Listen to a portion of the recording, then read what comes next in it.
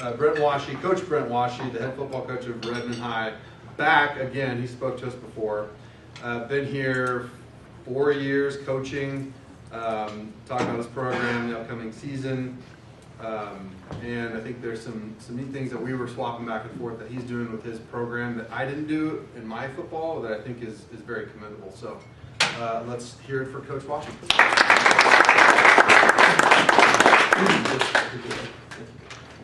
All right, y'all, thank you. I just want to kind of start off by saying thanks for having the opportunity to come here and speak here with you guys. Any chance that I get to talk about Panther football and our kids, it just really gets me going, and I'm going to jump at it, So he asked if I could fill in today, and I was like, I'm all about it just because I'm so excited and so passionate about the things that are happening at RHS and the things that our kids are doing. I know I met some of you guys last year, but just to give you kind of a little bit of my background. First off, I'm a proud father of 5 daughters. Many say I'm in the wrong sport. I probably should have been a volleyball coach or something like that. But they range from age 4 to 24. I'm originally from Texas. I've coached in Texas. I've coached in Washington, and we were just super fortunate, to be selected to be the head coach here in Redmond.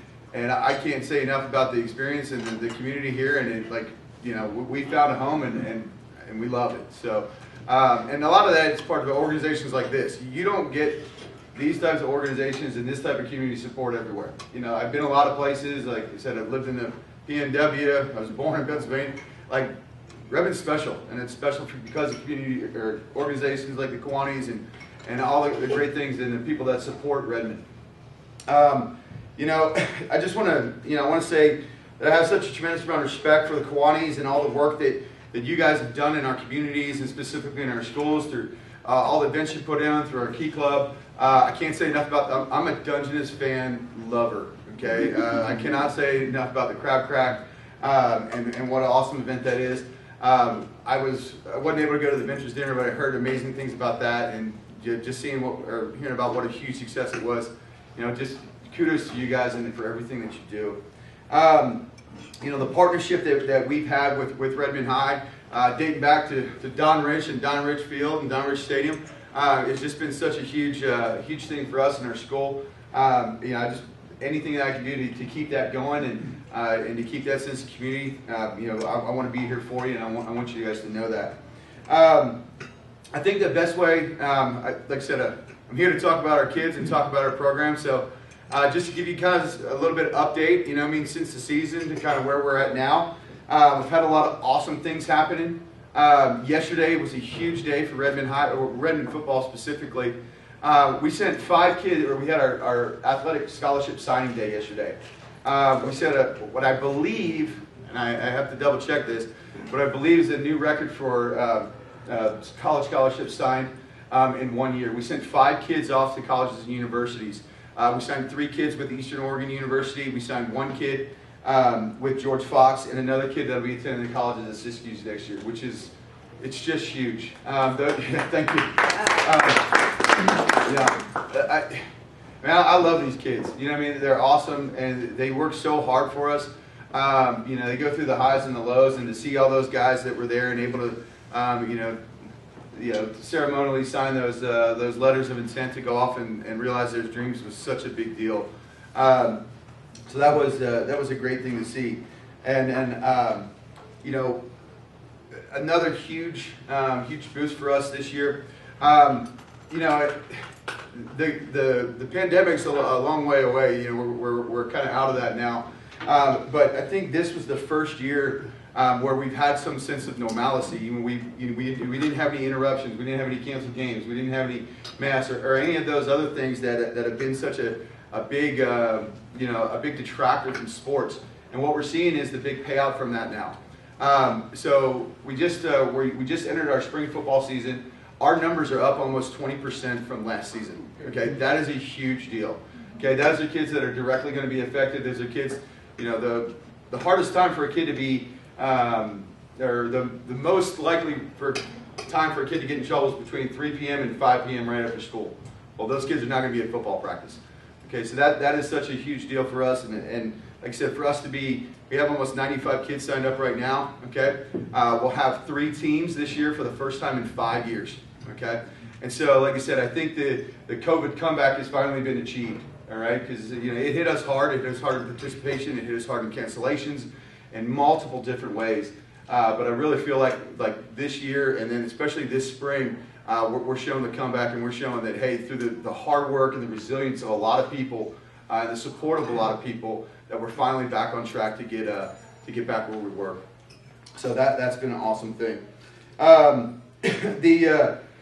Coaching wise, you know, despite losing 2 awesome volunteers, and I know John is gonna, I'll keep trying to draw him back in. I got him cooking burgers and some other things for us the other day. But we lost 2 awesome volunteers, but we actually are able to gain 1 coach total for next year. So we'll have almost 11 coaches for our 3 teams.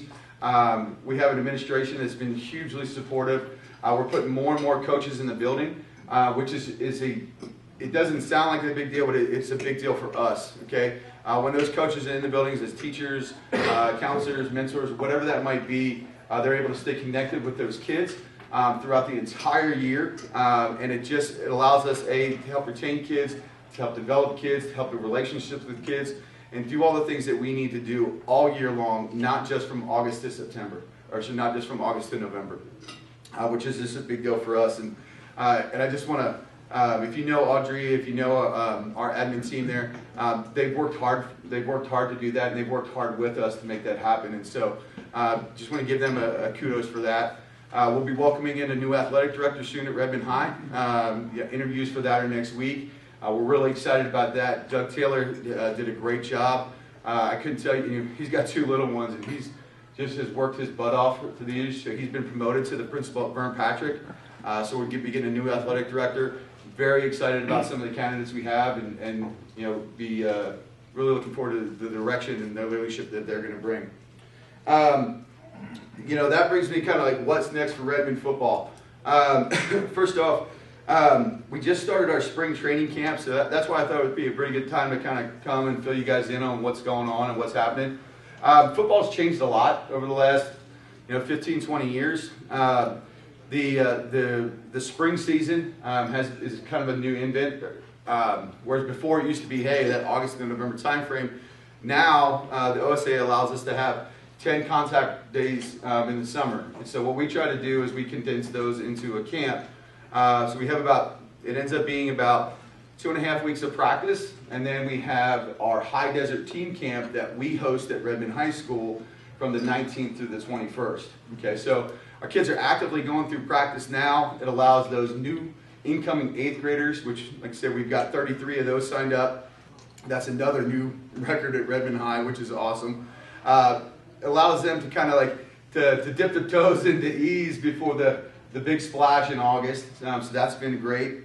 And then that team camp that we have is a big deal for us and a big deal for our community. We'll be welcoming in over 9 teams and over 600 kids for football scrimmages at Redmond High from the 19th to the 21st. John's seen it, Michelle's seen it. It ends up being like football palooza. We have 5 fields up there, and there's scrimmages and football going everywhere. There's tents set up everywhere for the incoming teams. They camp all over the place, and the kids have a great time, and it's an amazing experience. What that allows us to do, first off, it saves our families over $250 a piece. We don't have to send them to a Linfield camp. We don't have to send them to an overnight university camp. And so we can then get 100% attendance from our kids. That's a big deal. Okay, that's a very big deal for our kids. The fees that we do charge them, we put that directly back into our kids in the form of their spirit packs. So they have some nice things to wear, and we feed them like kings during that time, and that's intentional. We want them to know that they're loved and appreciated, and we try to go through those. The camp it's a small fundraiser for us, so in lieu of, hey, taking that money and giving it to a university to go to overnight camp, we actually are able to kind of help support ourselves and sustain our program through that. We don't have a budget, unfortunately, so we have to fundraise for every dollar that we get, and that allows us to do a small portion of that. through that camp. But it also is an opportunity for us to institute some of those culture pieces that we try to do. We invest a lot of time in character development. We invest a lot of time into mentorship. We're going to be rolling out a new peer mentorship program in which our freshmen are paired with an upperclassman, so they can kind of help, so when they get to school next year, they at least have somebody that's on their football team that they know is part of the brotherhood, that can bring them in, that's going to look after them, that they can go to, or send a text message, hey, where's room A142? I'm lost. And so that's the goal, and this camp is one of those big pieces that allows us to do those things. Okay, so that's been a very, very cool thing. I'd like to invite all of you guys, if you'd like, to come out. The camp runs from August 19th to the 21st. We have scrimmages that take place every morning, usually about 9:30 to 11:30. And then in the evening, I want to say the evening scrimmages go from 3 to 5. But it's a lot of fun. We got some food trucks out there. We got a couple other things. Doesn't cost anything. So if you'd like to come out and see what the boys are doing, Ridgeview will be there too. And so you can come out and take a look at both squads and see how we're pairing up against some really great competition. So, anyways, that's one of the cool things happening here very shortly. We are in the middle right now of kicking off our big fundraising campaigns too. Like I said, we don't have a budget that we get from the district. Like every helmet that we put on a kid, every pair of shoulder pads, it comes from a car wash or a discount card or a business sponsorship. So those are the things that we're going through right now. We actually, on July 8th, here at Juniper Golf Course, which has been awesome for us, we have our golf tournament. Okay, so our golf tournament is happening on July 8th. It's a 4-man scramble. That last year was our inaugural year. Very successful experience for us. We had a great time with that. Mike Spitz ran it and did just an amazing, fun job with that. And then the other thing that we are in the process right now of rolling out is our business and corporate sponsorships. This is a program that we started last year. Our business and corporate sponsorships allow, essentially what we wanted to do, as you guys know, is a lot of folks have their hand out and, hey, I need this, and this. But we wanted to make sure that we offered like a product for businesses that wanted to come and help our program, so that we can let people know, hey, that these are businesses that are helping our kids and helping our community and doing those things, and we can promote for them. So we offer, in exchange for one of our sponsorship levels, we offer advertising in our game day programs that we try to give out so people know who's sponsoring us. We offer sponsorships on our posters, social media recognition, all of those pieces of the puzzle that go with it. And then we have like some very neat swag bags and some other things that go along with some items specifically for the companies and businesses that sponsor us. So that's a very cool deal. I've got some handouts over here in case anybody's interested in either our golf tournament or business sponsorship for our program. That's pretty much it. Like I said, I just want to give everybody an update. We're excited about next year. Last year we were short on seniors. We had about 6 seniors, but we had 8 seniors total. This year we've got about 18. We're going from 70 kids in our program to, like I said, 90 plus. And so it'll be, like I said, I feel like this is going to be a playoff year for us. Don't put the for sale sign on my yard if it's not, okay? But like I said, I know our kids are working hard, and I'm excited to see what they're going to be able to do. So, you guys got any questions? Yes, sir. So Ted Jones, I'm the local high school official. I refereed one of your games this last year. Yes, sir. I'll probably see you on the field this year too. I'll have to be extra nice to you now that you're at the Kiwanis meeting. More importantly, or seriously, I know on the baseball side we see a lot of the players on the varsity level help out with like youth baseball and like little league type of umpiring. Do you encourage your kids once they finish high school or not go to college maybe to get more plugged in officiating, because we certainly need the numbers and the younger bodies coming into the... No, 100%. Yeah. So, in fact, I'd like to talk to you as soon as we get out of here, because I had an idea. Anyway, So our kids, we officiate all of our RYF games, so between us and Ridgeview. Good, yeah. And we go back and forth. And then they pay our kids like a little bit. I think it's like 10 or 15 bucks. Right. I told them we would do it for free, but that kind of hooks the kids in. Yeah. And so, but yeah, all the RYF games are officiated by our student athletes. They wear the stripes and they got their whistle out there, and they're there each and every week. And you'd be surprised, they usually have more volunteers than I have spots for that. One of the things that I saw, it was actually a social media post. It was a school, I believe, in Portland. They started an officiating class in the school, Right. Which I thought was an amazing idea. And what that allowed the kids to do is get some background on the rules and FHS and some of those things, so that they feel more confident, once they graduate, to help join our officiating corps. Because as I know, it's an issue right now. Absolutely. So there's a massive shortage. Well, it's all sports too. I mean, Yeah. especially softball, we got some huge shortages of officials right now too. And I can tell you why, I was at my kids' game the other day, and somebody's giving them hell, and I'm like, it takes people to kind of speak up. But no, yeah, if that is definitely something that it takes almost a full calendar year to get any type of class introduced like that. But Right. If I can get some contact information, Yeah. if you'd be willing to help kind of talk through that, that'd be great. Absolutely. Where do the kids come from? Are they all in Central Oregon for the high desert football? So we've got Central Oregon teams. It's us, Ridgeview, and Crook County. We've got a lot of schools from the Salem area, Dallas, Lebanon, North Salem. Missing one of those over there, Woodburn. And then we actually even bring in a school from Port Angeles, Washington. They make the hike down.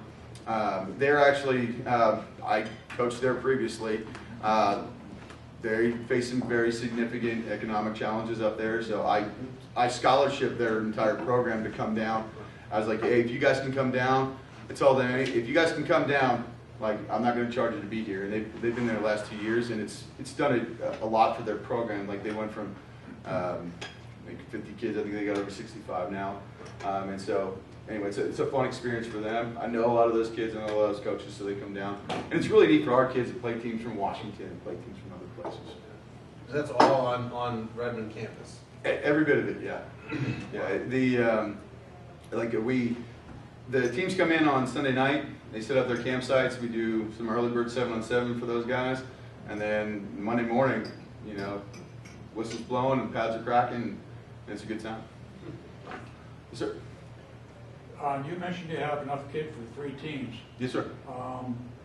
When I was a long time ago, the high school had varsity, JV, and frosh teams. Yes, sir. Do you have those 3? So what we'll actually have this year is a varsity team, a JV team, a varsity team that consists of the cream of the crop, and then our JV team will be developmental sophomores and developmental juniors, and then we'll actually have what we call a JV2, which will probably be about 90% freshmen, and then we have some developmental sophomores that will need to play down on that. And sometimes the issue that we often run into is, hey, we don't have enough offensive linemen, or there'll be 1 or 2 key positions where we might need to have a sophomore play at that spot. I think Ridgeview's kind of in the same boat this year, and so our biggest thing is we want kids playing as much football as we can. It's when you have big numbers, it's great, but if those kids aren't getting in the game, generally it's not a good experience for them. So we're trying everything we can to field those 3 teams, and that might mean that we can't do just freshmen. So besides varsity, then are there other schools that have JV teams that they compete with? Yes, some do.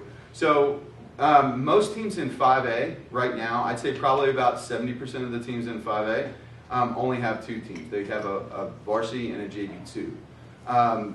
With the new league that we were put in and the exemptions that were given to the Ben schools based upon enrollment, we were placed into a league where everybody had 3. Last year we were kind of the odd duck, where we had a varsity and a JV2. Now with our numbers being up, we'll be able to field 3 teams. Does that make sense? So, yeah. Yes, ma'am.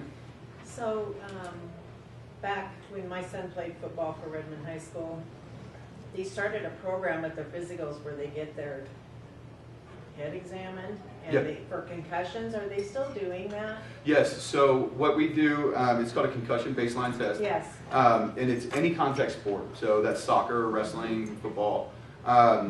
We have like our trainer is in the Athletic Trainer Hall of Fame. She's phenomenal. I think we got her for one more year. But her and I work together, and they take that test every 2 years. It allows them, they essentially, they just need to, they test their cognitive function, like when we know that they're good. And then that's kind of part of the process. Hey, kid comes out, hey, I feel lightheaded or I get hit too hard. We pull them out of the game immediately, and then that's part of the testing process that they can go through. We can determine whether they actually have a concussion or if it was something heat related or something else might be causing those symptoms.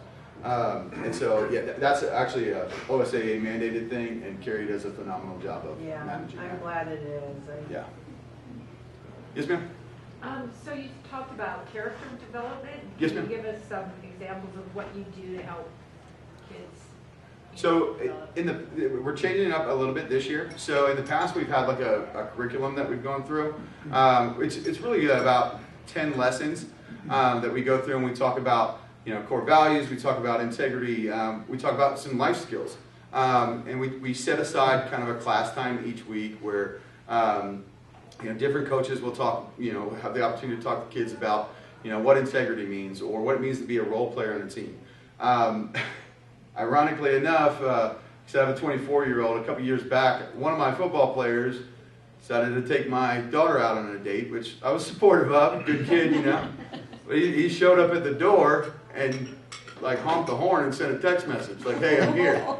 Well, that's not what men do. And so the next week's character development lesson was on how to shake a man's hand and engage in small talk, And so, but these are the things these kids need, They do. We've had character development lessons over how to tie a tie, how to change a tire. So we try to mix it up a little bit so it's not always as preachy, and sometimes it's more engaging things. But there are things these kids need to hear. They need to hear about integrity. They need to hear about academics. They need to hear about all these things. And so we want to make sure that they're engaged in doing those things as well. This year, one of the things that we're talking about with our team is brotherhood. I think more than anything, growing up playing football, I'm a Marine Corps veteran, and so those are the things that really kind of connected me to my teams and that organization was that feeling of brotherhood. In the social media area, where every kid's staring at their phone, you don't have that as much, and so I think we need to make an intentional process of hey, what is a brotherhood? What does that feel like? What does it mean to be looking out for those kids, except through that mentorship program and hey, looking out for your teammates in the hallway and making sure they know where to go or that they're doing right and that they're not acting like fools in the classroom and doing those good things. And so we're trying to tie it all around that brotherhood concept. We'll still continue some of those life lessons and some other things, but ultimately, like I said, times like this camp, times like our training camp allow us to do that. COVID made it really hard because everything was so condensed for years. But now, like I said, that's a big push for us. So. Yes, sir.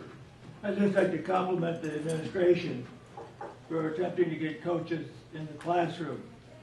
Because back to your question beforehand, those kids learn by the example of Yes. having people around on a day-to-day basis. Mm-hmm. Just not in a September to November time slot. Yeah. And they need that, and they've lost that contact with adults. So I appreciate what you're talking about in the administration. And I appreciate you recognizing that. It's a big deal. We've been fortunate enough to have guys like John and Jason and outstanding members of our community that have been part of our coaching staff. A lot of times, though, like when you bring in outside coaches, it can be kind of hit or miss. Like they might be a great football guy, but if the kids don't get to see them, they don't get to see that connection.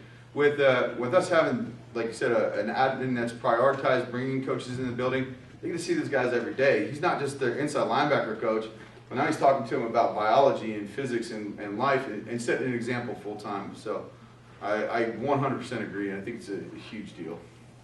So, Can you talk a little about the schedule in our league? what's up? The schedule in our league? So right now, our first game is September 1st. We only have 4 home games this year. We have 9 games total. We have 4 home games. We'll be playing Hood River Valley away to start the season. Last year was a big deal. We beat them for the first time in about a decade. So that was a huge bump for us. We play Pendleton at home. So John's a Pendleton alum, and he's had to travel back there the last 2 years. Well, we finally get those guys back at home. That'll be a tough. They're a tough team, but their team I think we can catch this year, and so I'm excited about that. We play Crook County away, which is a good opportunity for a local game. And then we start our league opponents. We square off right away with Bend, Mountain View, and then Summit. All 3 of those teams are tough as nails. There's a couple in there I really think we can catch this year. Mountain View is going to be really good. They're going to have about 40 seniors. But I think we're going to take a step to be able to catch some of those other schools. And then we come back. We have Caldera away. Caldera will have a senior class for the first time in their school history. So that'll be a tough game. But like I said, I think we pair up with them well. And then, the battle for our town at the end of the season, we play Ridgeview at home. That'll be our homecoming game this year, and we look forward to that. Coach Pileggi and I, we get despite all the nonsense, we get along really well. And so I know we're both looking forward to that. And then the goal will then be hopefully we do well enough to get a home playoff game. You guys can all come watch some playoff football in Redmond. So. That'll be the deal there. Are you doing the programs again? Yes. So one thing he did really last year, what I thought was really cool, was we had, like you said, 8 seniors, and he took, every program was different. It was unique to the home game that we had. We had 5 games. Yes, sir. And pretty much every senior was honored on the face of that program. And it's an 8.5 by 11 program that kind of got us through COVID, made that jump. Really, really cool. Also, did you bring any by chance? I forgot. I had them all set on my desk, and I forgot those in the sponsor poster. I'll bring some next week if people want to see them, and it is a good way to promote your business. So. I know we're winding up here, guys, but I forgot to say, Coach Wasche saved us at Vendor's Dinner. So it happened that we had the volunteers, the Key Club volunteers, scheduled for cleanup on Saturday morning. Well, it ended up there was a district match, and most of the Key Clubbers were not available to be there. And we found this out like Wednesday or Thursday before Vintner's Dinner. So on the red phone to Coach Wasche, and Coach brought. He already was his team was scheduled to General Duffy's. You guys were putting up the concert equipment for General Duffy's. They were already scheduled, but he gave us 4 or 5 of his guys who did an exceptional job putting away tables and chairs and whatnot. So we just owe him a world of thanks for their efforts. And that was our play. That was just to kind of wrap up here. Last year, so I try to look for a community service project for our kids every single year. I want them to give back to the community in some way. We do the flags on Labor Day, just like we do the flags on Labor Day. I'll try to get a few kids out next week if I can. Last year we did a community service project for Every Child Central Oregon, which is a foster care program. And so this year we're actually looking for another community service project. I'd love to partner with the Kiwanis if you have an event that you think that we could help you out with. Ideally, we'd kind of be targeting that like August to October time frame. Saturdays are probably the best, like the most downtime. That's one good thing about having an army of kids, that are very able-bodied. So if you need something, if you guys can think of anything that we could help you out with, like I said, we are looking for something that we can help out with during that time frame. I do think the flags would be good. What's that? Or the flags on. So next week, if I had a little bit more notice, I could generate a lot of kids. I'll try to get a few there. The one issue that we have right now, it's still during our school day, and so getting there at 5:45 and then getting them back to school in time, it's a little iffy. I might be able to get some, and then unfortunately we have practice during that exact same time in the evening. So, and with only 8 practices to get ready for about 5 scrimmages for our camp, it would be tough. But I will put that out on our social media and our feeds to try to get some kids there to help assist. Coach, one last thing. Yep. So the Key Club is tied to a Kiwanis Club. Yes. And so if any of your football players are looking for service hours or would like to get involved in a really great organization, tell them to look at Key Club. It helps them with their college resumes, but also just as you were talking about integrity and serving the community, it's a great way to start. Absolutely. That's one thing that we have seen a huge uptick in. You know, when I got back, we didn't have a lot of kids that were involved in school leadership. You know what I mean? Whether that's the leadership classes or Key Club and all those things. And we've seen a really big swing. Like, hey, it's getting cool again to be involved, and you know, and those things. So I'll definitely mention to those kids. Is that just an extracurricular, or is there like a class involved with that at all? I believe extracurricular. Yeah. Cool. Yeah. So I'll definitely mention that as well. Reese Beardman's our counselor. Yes. Yeah. I'll get with Reese on that. And Reese, what we're trying to do is, I'm trying to, our wrestling team was very successful. They had a state championship year. One of the big key factors is that they actually hired an academic coach. Okay, I monitor all our kids' grades. We were a top 4 team in the state academically last year, but it's a lot. And so one of the things I'm trying to raise money for is to hire Reese specifically to be our academic coach to help monitor grades and to tutor kids during our meeting times and weightlifting times if they need academic support. So those sponsorships, that's one of the things that we're trying to achieve with that. Awesome. Coach, thank you. Thank you. Appreciate it. That was a little gift here for you. But appreciate it. Thanks a lot. Great, great job. Thank you. All right, with that, I appreciate it. We will see you all next Wednesday morning. Put up a flag or two. Thank you.